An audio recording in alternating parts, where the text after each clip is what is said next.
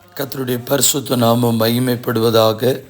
16/12/2025 செவ்வாய்க்கிழமை, புதிய நாள், புதிய கால வேளைக்காக கர்த்தரை நன்றியோடு துதிக்கிறேன், ஸ்தோத்திரிக்கிறேன். இந்த நாளுக்கான கர்த்தருடைய வார்த்தை யோபு 23:14. எனக்கு குறித்திருக்கிறதை அவர் நிறைவேற்றுவார்.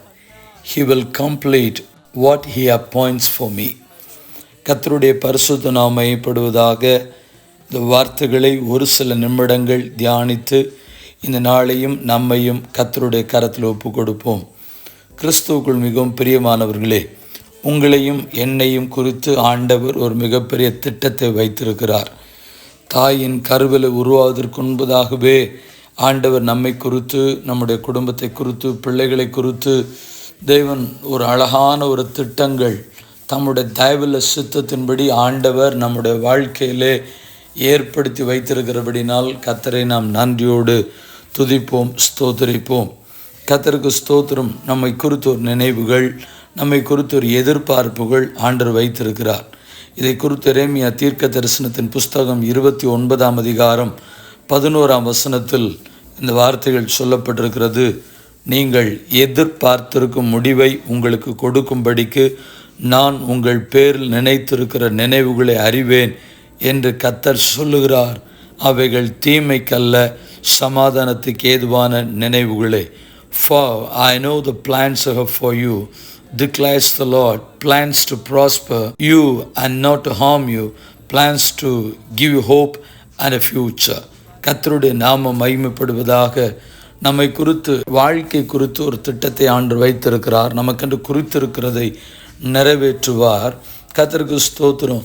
அப்படியானால் நம்மை குறித்த நினைவுகளோடு கூட இருக்கிற ஆண்டவர் நிச்சயமாகவே நம்முடைய வாழ்க்கையில் அந்த நினைவுகளை, தேவனுடைய திட்டத்தை எந்த நாட்கள், என்றைக்கு, எப்பொழுது அப்படின்றது நம்மால் தெரிந்து கொள்ள முடியாது. யாரை எப்பொழுது வேண்டுமானாலும் கர்த்தர் தம்முடைய கரத்தில் எடுத்து பயன்படுத்த முடியும் என்கிறதில் எந்த விதமான சந்தேகமில்லை. சங்கீதங்களின் புஸ்தகம் 138 சங்கீதம் 8 இவ்விதமாய் சொல்லுகிறது.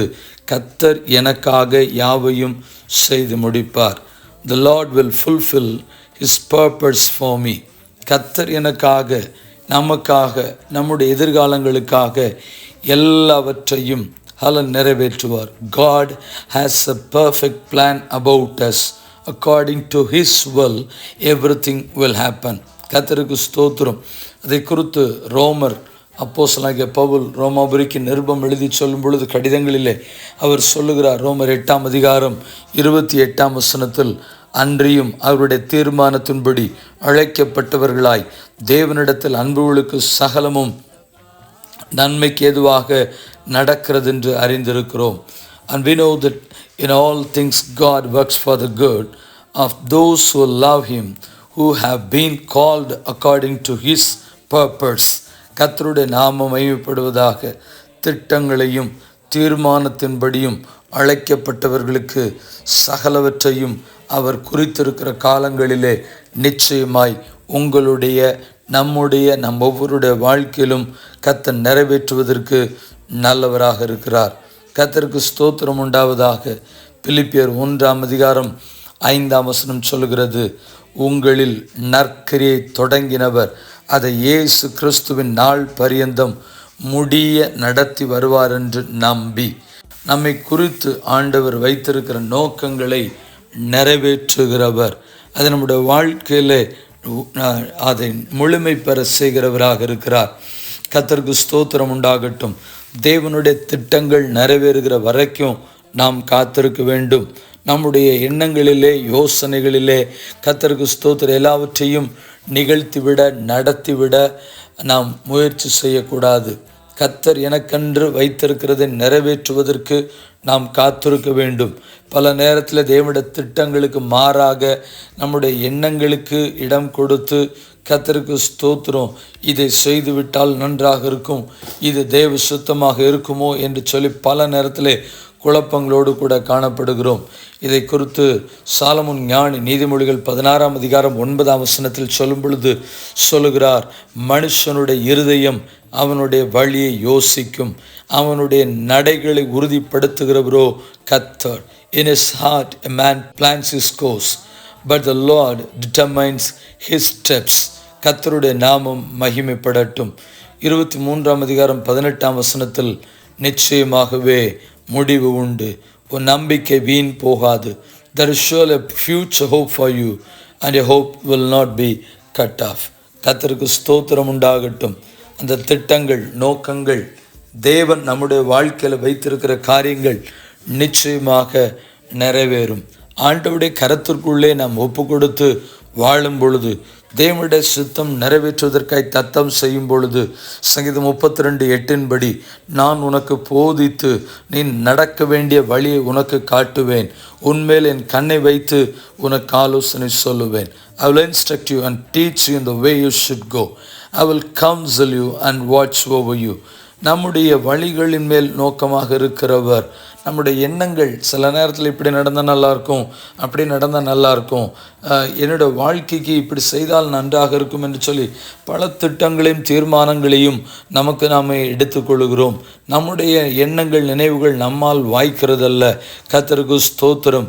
ஆண்டவர் நம்முடைய வழிகளின் மேல், நம்முடைய பாதைகளின் மேல், நம்முடைய திட்டங்களின் மேல் அவர் நோக்கமாக இருக்க வேண்டும். சங்கீதம் 37ஆம் சங்கீதம் 23ஆம் வசனம் சொல்கிறது, நல்ல மனுஷனுடைய நடைகள் கர்த்தரால் உறுதிப்படும், அவனுடைய வழியின் மேல் அவர் பிரியமாயிருக்கிறார். If the Lord delights in a man's way, he makes his steps firm. கர்த்தருக்கு ஸ்தோத்திரம். நம்முடைய நடைகளை உறுதிப்படுத்தி நம்முடைய வாழ்க்கை குறித்து திட்டம் பண்ணினவர். அந்த பிளான், அந்த purpose, divine purpose, divine plan, hallelujah, உங்களுடைய வாழ்க்கையில் நாம் ஒவ்வொருடைய வாழ்க்கையில் நிறைவேற கண்களை மூடி தேவ சமூகத்தில் ஜெபிப்போம். பரிசுத்தமுள்ள நல்ல தேவனே, இந்த ஆசீர்வதிக்கப்பட்டதான இந்த புதிய நாளுக்காக என் தேவனை துதிக்கிறேன், ஸ்தோத்திரிக்கிறேன். ஹல்லேலூயா. திட்டங்களையும் தீர்மானங்களையும் எங்களுடைய வாழ்க்கையில் மிக அழகாய் வைத்திருக்கிறவர். எங்களுக்கு எதை செய்ய வேண்டும், என்றைக்கு அதை செயல்படுத்த வேண்டும், என்றைக்கு எங்களுடைய வாழ்க்கையில் அதை முழுமை பெற்று கொடுக்க வேண்டும் என்று சொல்லி கர்த்தர் ஒரு திட்டத்தை வைத்திருப்பீர். அந்த திட்டங்கள் நிறைவேறுகிற வரைக்கும் நாங்கள் கர்த்தருடைய சமூகத்தில் காத்திருந்து ஹல்லேலூயா அந்த திட்டங்களை நிறைவேற்றுவதற்கு கிருபை பாராட்டும். இந்த ஜெபத்தை என்னோடு கூட இணைந்து செய்கிற சிறு பிள்ளைகள், வாலிபர்கள், பெரியவர்கள், பரிசுத்தவான்கள் ஒவ்வொருவரையும் தனித்தனியாய் உடைய கரங்களிலே தாழ்த்தி ஒப்பு கொடுக்கிறோம். மகிமையான காரியங்களை செய்யும். ஹல்லேலூயா. எங்களுடைய வாழ்க்கை நீர் செய்ய நினைக்கிறதை செயல்படுத்த பிதா, குமாரன், பரிசுத்தாவின் நாமத்தினாலே நம்முடைய சமூகத்தில் நாங்கள் ஏறெடுத்து படைக்கிறோம். எங்கள் பரிசுத்தமுள்ள நல்ல பிதாவே, ஆமென். வாழ்த்துக்களுடன் ஜெபங்களுடன் pastor Jebadas. WhatsApp 934-5353-730. May Jesus bless you all. Amen. Amen.